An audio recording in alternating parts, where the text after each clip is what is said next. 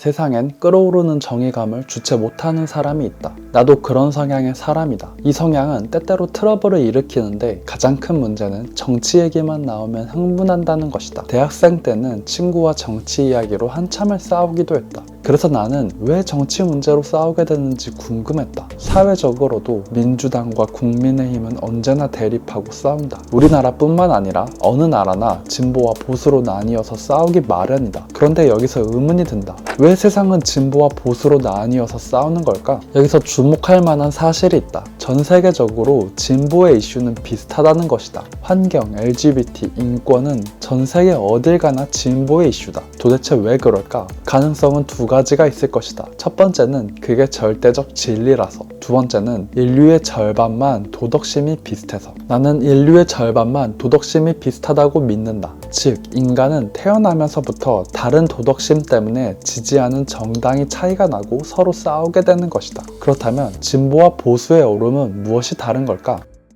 우선 옳다는 것부터 다시 생각해보자. 이 영상에서 옳음 그 자체는 중요하지 않다. 옳다고 느끼는 감정, 즉 도덕심이 중요하다. 한 가지 이야기를 들려드리겠다. 이 예시가 불쾌할 수도 있다는 것을 미리 말씀드린다. 일주일에 한 번 마트에 가서 생닭을 사는 남자가 있다. 그는 닭을 요리하기에 앞서 닭에 대고 성행위를 한다. 이후 그것을 요리해 먹는다. 이것은 과연 잘못된 행동인가? 만약 당신이 잘못되지 않았다고 말한다면 전 세계에서 당신처럼 대답하는 사람은 극소수라고 말씀드리고 싶다. 대다수의 사람들은 이 행위를 보고 잘못됐다고 말한다. 분명히 아무에게도 피해를 주지 않는 행동인데 뭐가 잘못됐단 말이야? 이렇게 생각했다. 납득이 가지 않아서 여자친구에게도 물어봤다. 그녀는 잘못된 행동이라고 하는 것이다. 도대체 왜? 남한테 피해를 주지 않잖아 라고 물었다. 그녀는 남한테 피해가 안 가더라도 이건 잘못된 행동 같아. 이런 대답이 돌아왔다. 그녀와 나는 무엇이 차이가 나는 것일까? 나와 여자친구의 차이는 역겨움을 억누르는지의 여부다. 나는 도덕적 올바름을 기준으로 역겨움을 눌렀고 그녀는 그러지 않았다. 그리고 특이한 것은 바로 나 같은 사람이다. 전 세계 대다수의 사람들은 역겨움을 굳이 참지 않는다. 여기서 도덕심에 관한 중요한 첫 번째 원칙이 나온다. 감정이 한번 움직이면 이성은 그저 감정을 도와주는 역할을 할 뿐이다. 도덕에 관해서 옳고 그름 자체를 따지는 것은 아무 의미가 없다. 이 사례에서도 역겨움을 한번 느꼈다면 그 이유 따위는 크게 중요치 않은 것이다. 그러니 정치적 입장이 다른 사람을 굳이 논리적으로 설득하려 들 필요가 없다. 논리적 설득은 아무런 효과가 없기 때문이다. 아무리 당신의 말이 100번, 1000번 옳다고 해도 말이다. 그렇다면 진보와 보수는 왜 서로 다르게 느끼는 걸까? 그 이유는 도덕심에도 종류가 있고 느끼는 정도가 다르기 때문이다. 기쁨이라는 감정을 생각해보자. 사람은 언제 기쁨을 느낄까? 누가 나를 칭찬해서, 맛있는 것을 먹어서, 목표를 달성해서 등등. 누군가는 인정 욕구에서 큰 행복을 느끼고 또 누군가는 음식에서 큰 행복을 느낄 것이다. 도덕심 또한 마찬가지다. 조너선 하이트에 따르면 도덕심을 자극하는 기반은 총 6가지가 있다고 한다. 배려, 공정심, 충성, 권위, 정결함, 자유다. 이 6가지 도덕적 기반을 종합적으로 판단해서 잘못된 행동이라고 말하는 것이다. 진보는 이 6가지 중 3가지인 배려, 공정성, 자유를 주로 사용하고 보수는 6가지를 골고루 사용해서 도덕적 판단을 내린다고 한다. 이 영상에서 6가지를 전부 다 다루기에는 시간이 너무 오래 걸리니까 가장 핵심인 배려 기반에 대해서만 자세히 설명드려 보겠다. 전 세계 진보의 주요 메시지는 노동자, 여성, 장애인, 유색인종, 성소수자의 권리를 주장한다. 그러면 어째서 진보는 사회적 약자를 위해 주려고 하는 걸까? 그 근본적 원인을 봤을 때 바로 양육이 있다. 사회적 약자와 양육이 무슨 상관이냐고? 태초의 인간을 상상해보자.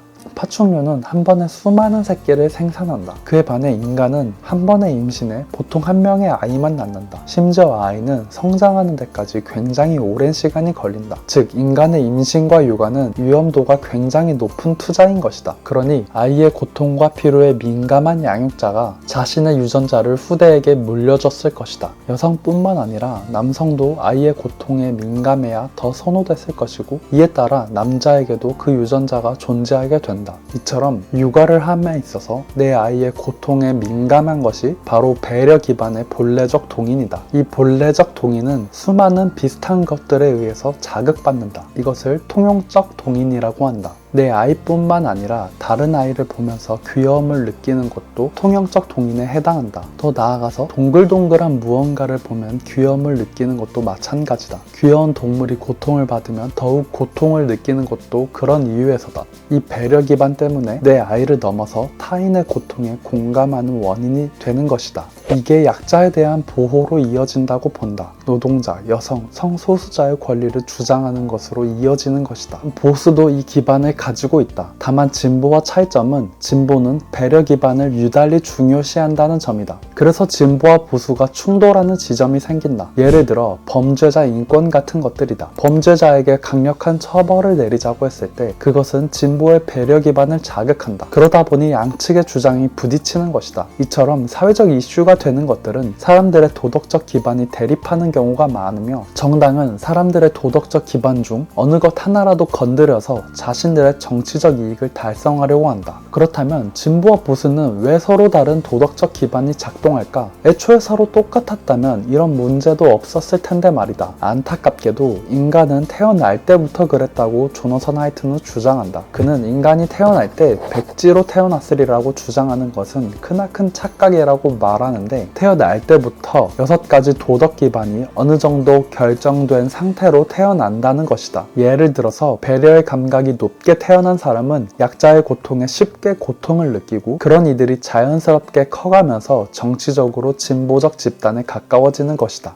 도덕심에 대한 나의 공부를 적어봤다. 어렸을 적부터 정의감은 나를 너무 고통스럽게 했던 감각이다. 불의를 참지 못하고 나선 경험도 많고 정치 때문에 친구와 싸운 적도 많다. 그래서 궁금했던 것 같다. 정치가 나뉘어서 싸우는 이유를 말이다. 나는 도덕심에 대한 공부로 마음의 안정을 얻었다. 세상이 선과 악으로 이루어진 세계가 아니란 것을 깨달았기 때문이다. 그저 인간의 마음이 원래 이렇게 나뉜다고 생각하니 마음이 편안해졌다. 이 영상을 보는 분들께서도 마음의 평안을 얻길 바란다.